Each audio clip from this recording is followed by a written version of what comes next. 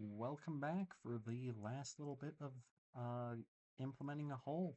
This is bare bones basic functionality. I should note there's a few more things you might want to do, like adding some audio sources for engines or adding docking points. We're not going to be covering those. We're just covering the basics to get a hull in game so you can play with it.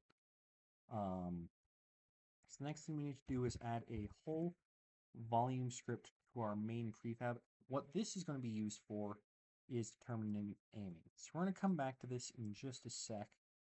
We just needed to assign that, but we need to get some measurements first. So we're going to create an empty. This is going to be structure uh, 000. And we are going to add a box collider, which, if I remember correctly, is triggered, right? Um, Let me grab an example from another hole. Since yes, it is trigger. So we'll just offset that and come back to it. So structure. So uh, we need this to fill as much space as we can in a hole, because one of the unfortunately common misconceptions in mod development is that, oh, structure is not really that important for most ships. It is the single most important durability mechanic for most ships, even beyond uh, armor, internal density, or DR. If you mess up your structure, your ship will become immortal. So take the time to really just fill as much space as you can with your structure component. Uh, yeah, okay, that is overhanging, so we're going to narrow this by a little bit. What happens if we look down from the top? So the biggest thing is just making sure it's far enough into the bow that most weapons can reach it. Since 90% of hulls want the bow tank, if it can't be reached bow in, you're going to have issues with immortal corvettes and such. There are quite a few mods that have had issues specifically because of their structure hitbox. Alright, so now that we have this, we're going to go plug this same set of valve. We need to add a structure component. Now that we have our box collider, we want 1,000 health since this is a Corvette, and we're going to assign this layer to parts, which is layer 11. We are going to reference this in the main script here. We're also going to reference our whole volume real quick. In terms of dimensions, I know this needed to be 0.2, 0.8. So remember, it's an extent, so you have your dimensions compared to your structure. Most of the time, if you just have your whole volume and your structure the same, it actually works really nicely, because that means they can just shoot your structure to death, and even if you don't have an aim point on a given area, once your thing's structure breaks, damage will start hitting that no matter what. So, sorry, that's 0.5, which means that needs to be 0.25. I'm going to make sure that's weighted at 1, just so it does get shots fired at it. And then last thing, I'm going to put that dimension in. And there we go. That is our whole volume setup. We already referenced that. So the last thing we need to do is create a select volume. So we're going to create a prefab, same as always.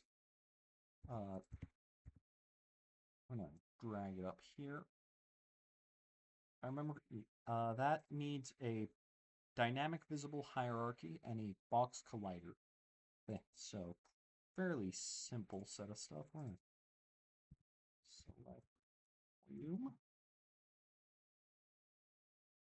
So box collider, which is trigger, right? It is not an is trigger for this one, sorry. And a dynamic visible hierarchy. So select volume will be used not just for where your people can click on to select a ship, but it will also be used for determining, sorry, when radars start making checks against a given ship. So you will want to make sure that it is larger than your ship. So we're going to do, 6, offset 1 forward, increase that to 8. And then generally, I would suggest just making it a cube, just to play safe, so you don't have any weird inconsistencies. And there you go. That is your select volume setup. So you're going to drag that into the appropriate place in your main script. You'll stop generating this error, though of course you'll have to clear your console or something to make it go away. And that is your hole created. So of course you'll add that to an asset. You're going to save that. Um, you know, add it to an asset bundle, whatever, and then the last thing to do is going to be going to your bundle, opening your manifest. Let me see. Let me change this window capture real quick. Perfect. There we go.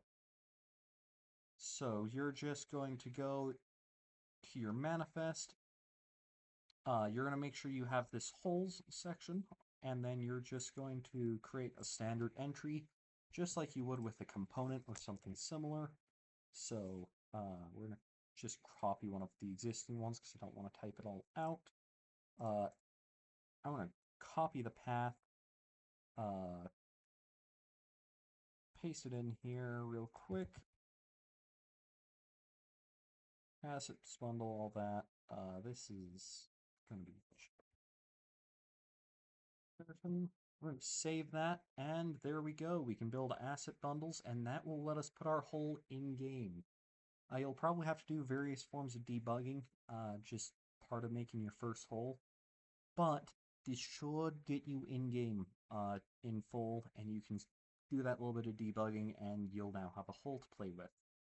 Good luck in your modding endeavors. I hope this little series has been helpful, and this is Tactician signing off on the whole modding series.